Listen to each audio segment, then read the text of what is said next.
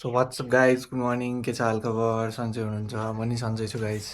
अनि गाइज अहिले 6:30 हुँदैछ।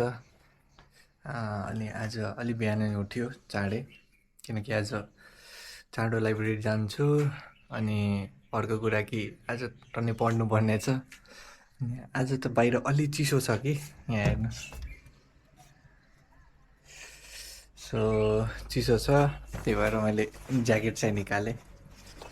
चिसोको लुगाहरू चाहिँ भित्र राख्छु भनेर सोचेको थिएँ, अनि गर्मीको बाहिर राख्छु। तर अलिअलि चिसोको लुगा चाहिँ बाहिर राख्नु पर्ने रहेछ। सो अब नुहाएर रेडी हुन्छ अनि फेरि कलेज जान्छु। पहिले चाहिँ खाजा खान्छु अनि कलेज जान्छु। सो गाइज नुहाएर रेडी भइसक्यो, अब खाजा खान निस्कौँ अनि खाजा खाएर लाइब्रेरी जाने।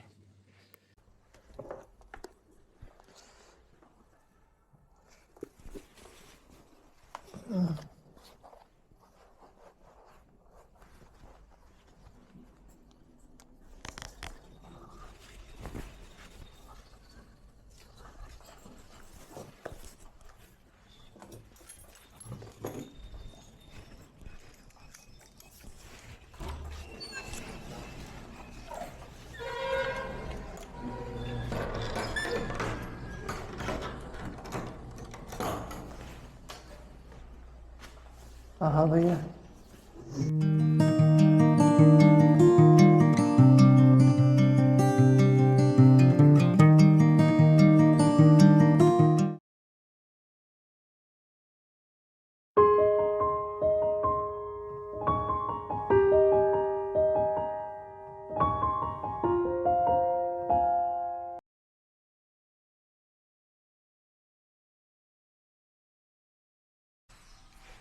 सो गाइज आज भर्खर अनि अब दुध तताम।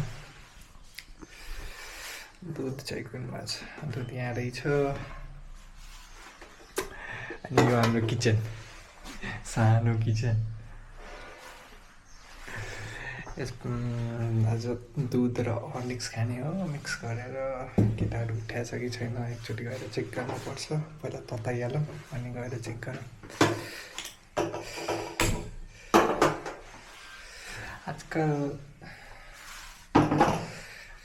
बिहान र बेलुका चिसो हुन्छ अलिअलि, दिनमा चाहिँ यस्तो गर्मी हुन्छ। हिजो चाहिँ अलिक पानी परे जस्तो थियो मौसम, तर पानी चाहिँ परेन।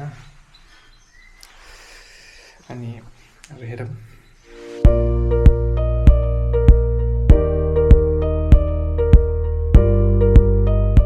देन गाइस सिन यहाँ चाहिँ यस्तो भएर रहेछ कि आज बेलुका तानसेन जानुपर्ने छ। अनि आज यति धेरै टपिकहरू सिद्ध्याउँछु। सो अब स्टार्ट गरौँ। अनि आज एकदमै फास्ट पढ्नु पर्ने छ। पहिला चाहिँ अब कन्जन्टाइभाबाट स्टार्ट गरौँ।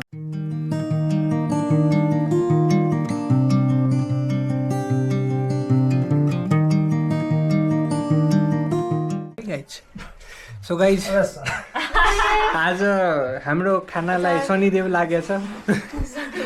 कालो ग्रहण लागेछ। सबजनाको त्यस्तै छ। दिदीको हेर, दिदीको अलि होइन अलि धेरै शनिदेव रहेछ। यो मान्छे अगाडि लिएर राम्रो भात छानेर खाइरहेछ।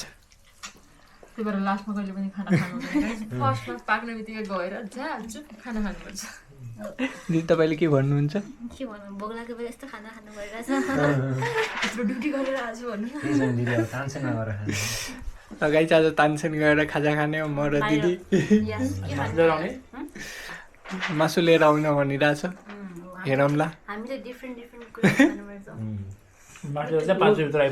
सो गाइस अहिले अब रेडी भएर तानसेन जाँदैछु। कति बजिरहेछ अहिले? लगभग 5 बज्दैछ। रेडी हुन्छु अनि तानसेन जान्छु, किनकि आज दिदीलाई चाहिँ अलि काम छ तानसेनमा, त्यही भएर।